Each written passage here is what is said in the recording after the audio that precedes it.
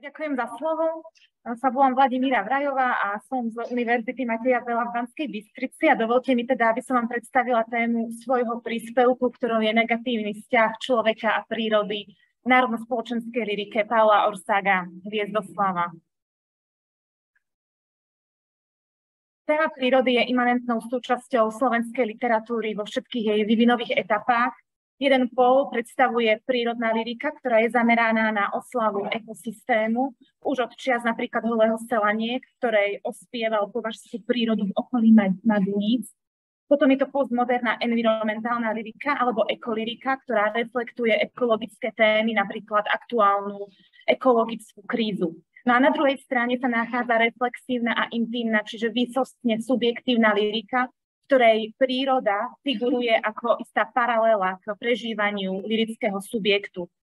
To je prípad prírodno-psychologického paralelizmu. Na opačnom princípe je vystávaný kontrast medzi dianím v prírode a dianím vo vnútri lyrického subjektu, alebo teda ľudským prežívaním. No a semantické oscilovanie práve medzi tým prírodným a humánnym kontextom môže prejsť až do poľudštenia prírodného obrazu, keď sa vlastne príroda stáva symbolom ľudského vnútra a stráca svoju svojbytnosť. Tento princíp rozvinuli vo svojej poézii predovšetkým modernisti. No ja som svoju pozornosť zamerala na národno-spoločenskú lyriku Paula Orsaga Hviezdoslava, čiže na lyriku, ktorej Hviezdoslav reflektuje národno-spoločenské témy, postavenie slovenského národa v Rakúsko-Uhorsku, dianie v monarchii i v celej Európe, kde príroda figuruje iba ako kulisa takýchto národno-spoločenských tém.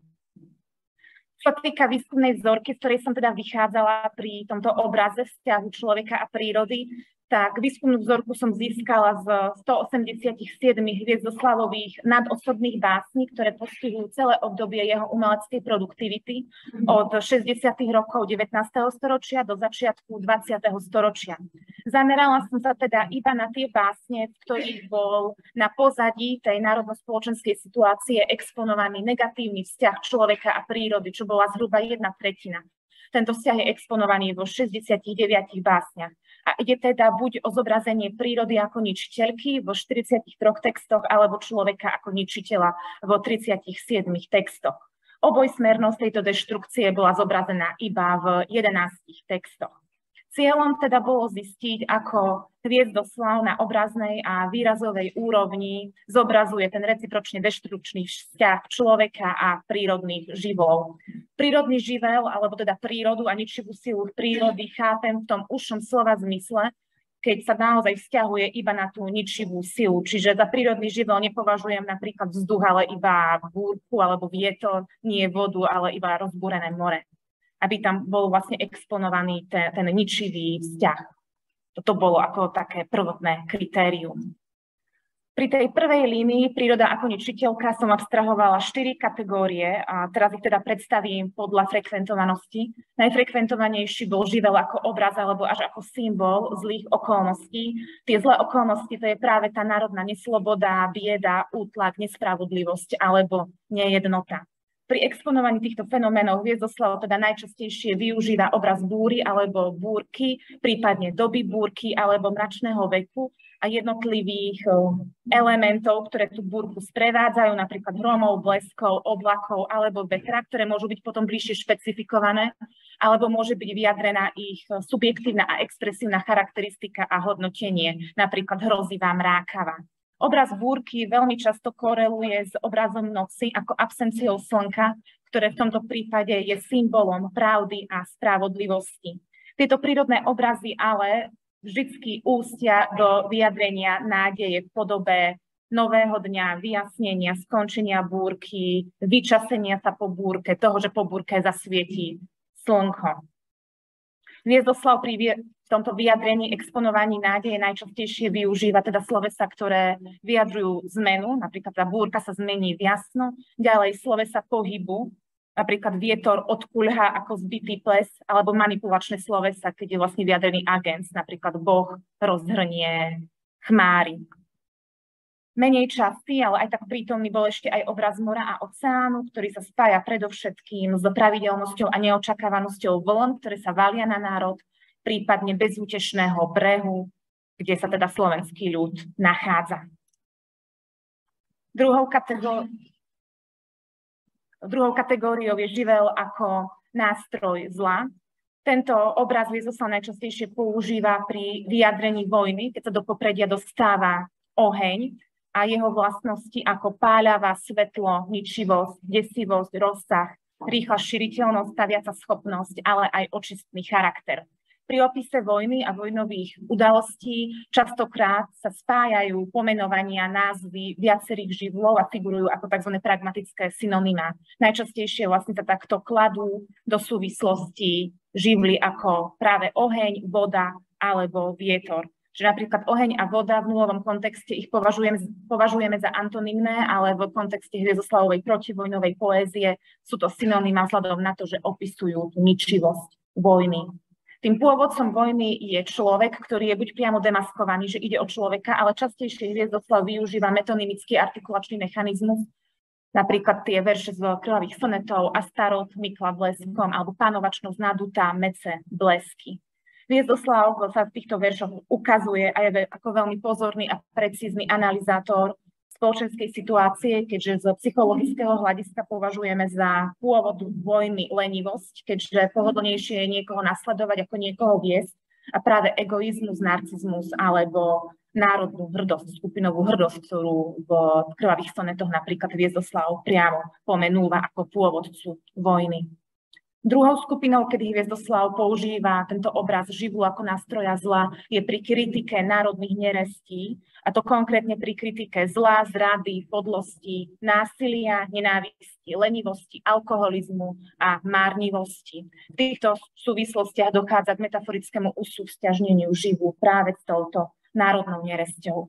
Tieto dve skupiny, živel ako nástroj zla a tá predchádzajúca živel ako symbol zlej, negatívnej národnej situácie, sú veľmi podobné a líšia sa predovšetkým tým, že pri tej prvej skupine ide o vyjadrenie dlhodobého stavu, zatiaľ čo pri tejto druhej ide o náhlosť, neočakávanosť toho prírodného živlu.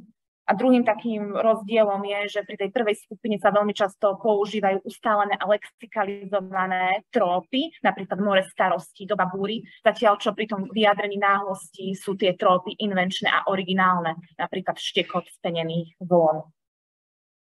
Treťou kategóriou je živel ako nástroj spravodlivosti. V tejto súvislosti sa do popredia dostáva ničivá sila prírody, ktorá trestá a súdi utláčateľov slovenského národa alebo aj podnecovateľov vojnových konfliktov v celej Európe. Dôležitá tu je predovšetkým modálnosť syntaktických celkov, keďže v želacích vetách si vlastne tú spravodlivosť žiada sám lirický subjekt, zatiaľ čo v oznamovacích vetách je vykonávateľom spravodlivosti sám živel, napríklad Vichor sa obril na človeka, a v expresívnych, zvolacích a rozkazovacích vetách je týmto vykonávateľom spravodlivosti nejaká nemateriálna entita. Najčastejšie je to pravda, alebo tam potom uvádzam príklad, aj keď je týmto vykonávateľom spravodlivosti spomienka. Je vlastne tá tretia odrážka, pamiatka, oblak divoký. V kontexte ide o spomienku na národnostný zákon z roku 1868, ktorý uzákonil maďarčinu ako jediný štátny jazyk v monarchii. Čo sa tej pravdy týka, tak Hviezdoslav neponíma pravdu iba ako kompatibilitu tvrdenia a skutočnosti, ale pre neho je pravda synonymná dejinnej spravodlivosti, čiže tá semantika toho pojmu je širšia, pričom samozrejme môže potom vzhľadom na kontext funkčne varírovať. Pravda môže byť použitá aj v ironickom význame, vo význame biblického učenia, vo pozícii partikuly, častice a podobne. Na štvrtou kategóriou je živel ako živel, čiže živel použitý v neprenesenom význame. Takéto použitie, takéto exponovanie prírodného živu plní v tej výskumnej vzorke 5 základných funkcií. Tá najhlavnejšia a najzastúpenejšia je participácia na emocionálnom modelovaní biedy slovenského ľudu. To je ten prvý príklad, chalúbka dažďu, vetrisku prístupná. Druhá funkcia je akcentovanie ničivosti národných nerestí pri porovnaní tých národných nerestí s ničivosťou živu, pričom vždycky Hviezdoslav zdôrazňuje, že tá národná neresť je horšia než to ničenie prírody, napríklad práca v službe módy páže škody nad požiare, nad prívále vody. Tretia funkcia, akcentovanie negatívneho národného rozpoloženia, ktoré sa usúsťažňuje s tou ničivosťou živu. Tu už chybí len výbuch vulkána a bude zem tá v sebe pochovaná. Štvrtou funkciou je kladenie prírody za príklad, ako sa teda príroda správa počas zúrenia toho prírodného živu a tak by sa malo chovať aj človek alebo národ. V čase búrky vidíte les, ako sa vrchol k vrcholu túli.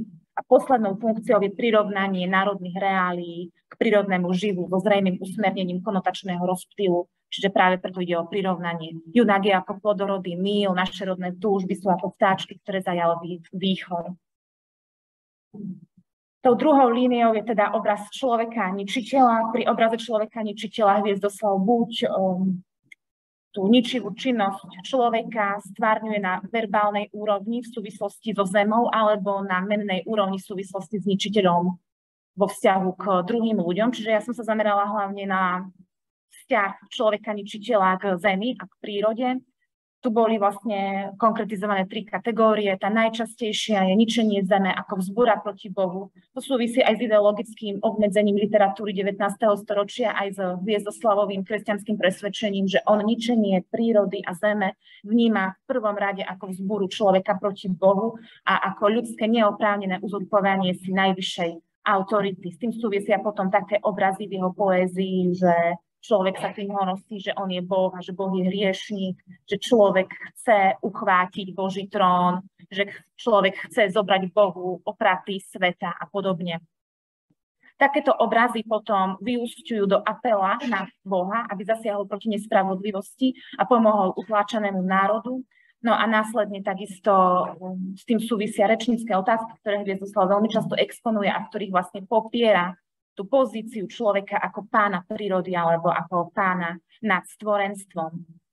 Tieto pasáže potom vlastne ústia aj do toho, že Hviezdoslav sa sťažuje Bohu, apeluje na ňo, žiada o nejakú spravodlivosť alebo pomstu, ale vždycky takéto básne, takéto pasusy vyúsťujú do pokorného odstupu, rezignácie a dôvery. Čiže Hviezdoslav nikdy ten svoj nejaký apel na Boha neukončuje nejakou zburou alebo nejakým nepochopením, ale vždy to končí zmierlivo. To môžeme vidieť vlastne aj v tom úryvku, keď jedna takáto rozsiahla báseň je ukončená tým, že si lyrický subjekt uvedomuje, že Boh len zhovieva, ale že tá jeho spravodlivosť sa nakoniec aj tak vykoná.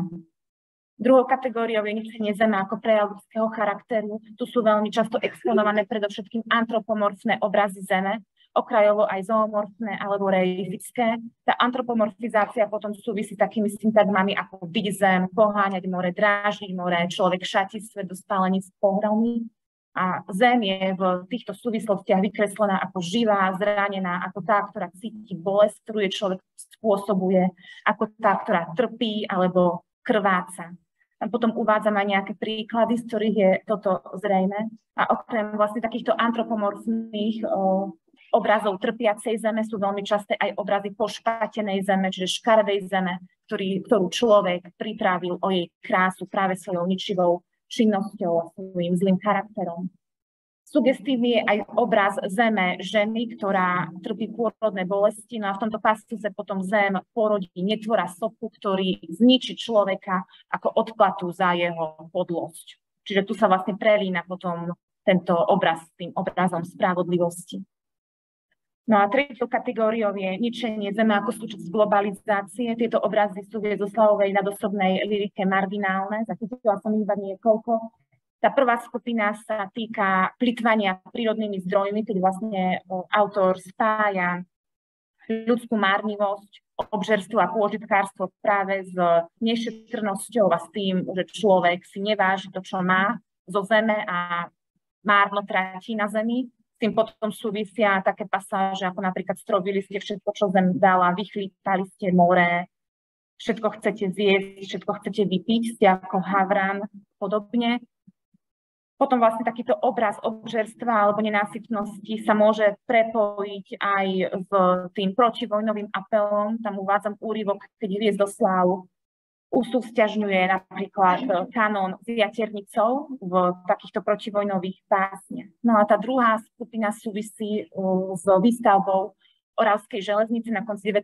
a začiatku 20. storočia. Tá železnica vlastne prepájala Kráľovany, Trstenú, Suchú horu, Suchú horu až vlastne išla do Poľska, do Nového Targu. No a výstavba tejto železnice na prelome storočí si vyžiadala veľa zásahov do prírody, výrubu lesov, výrubu stromov, hlbenie tunelov a predovšetkým výstavbu železničných mostov. Najmä 88 metrov dlhého železničného mosta nad Oravou v Dolnom Kubíne a potom 4 železničných mostov na Hornej Orave, ktoré teda prechádzali cez močiarne oblasti a v dnešnej dobe je práve tá oblasť, kde tá železničná a tie mosty sa stávali považovaná za chránenú prírodnú oblasť. Čiže práve tú výstavbu železničného mostu v Dolnom Kubíne, kde Hviezdoslav reflektuje, keď sa spomína ako na tom mieste, kde je dnes most, kedysi bol les a ako tam chodieval, ale teraz, keď tam ide, tak počuje iba pískanie rušňa a zvuk vlaku, pričom na prírodu padá dym z tohto vlaku a opäť tam objavuje ten obraz pošpatenej zeme. A na záver by som sa okrajovo dotkla ešte človeka ničiteľa vo vzťahu k druhým ľuďom, pričom Hviezdoslav najčastejšie uplatňuje teda menné referencie. Funkčne pritom osciluje medzi druhou a treťou osobou jednotného alebo množného čísla na úrovni TV, to je práve v tých apelových pasážach a oni v tých deskripčných pasážach.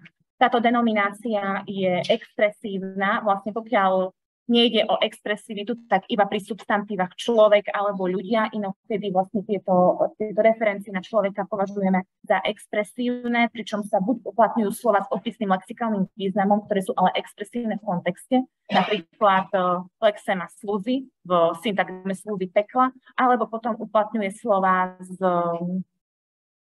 s intelektuálnym hodnotiacím významom, ktoré kódujú buď tú ľudskú ničivú činnosť vo vzťahu k druhým, napríklad vrah, násilník, kat, skaziteľ a tak ďalej, alebo ktoré kódujú nejaké nemorálne myslenie, nemorálny úsudok, nemorálne rozhodnutie, napríklad zradca, nekľudník, neprajník, klamár. Ďalšou skupinou sú slova prevzaté, alebo teda pôvodne, ktoré sa exponujú v biblickom prototexte. A tieto slova potom sa ako nepriame pomenovania lexikalizujú a ustaľujú. Tam sú najčastejšie substantíva hriešnik, farizej a diabol. Ďalšou skupinou je tzv. Kontextová expresivita, keď autor používa názvy zvierat na označenie človeka, pričom do popredia sa tu dostáva práve vlastnosť zvieraťa, ktorá umožňuje to usťažnenie s človekom ničiteľom. A práve takýmto spôsobom sa potom formuje to celospoločenské chápanie zvierat, keď sa nevníma celý ten ich diapazón vlastností, ale vnímajú sa iba niektoré tie charakteristiky, ktoré umožňujú to negatívne usťažnenie s človekom, napríklad súb, netopier, hmyz, tudzopasník, v Hviezdoslavovej poézii, takisto aj orol alebo sokol pri prehodnotení romantických symbolov. Naopak pozitívne je hodnotený napríklad škovránok, slávik, včela a ďalšie. Poslednou skupinou sú slova použité v ironickom význame, čiže tam dochádza k tej diskrepancii medzi lexikálnym a intendovaným významom. No a poslednou skupinou sú už slova, kde je vlastne ten citovo-hodnotiaci a afektívny citovo-hodnotiaci význam explicitný, napríklad ľudíci, mamľasovia, kantritelia alebo zaslepenci.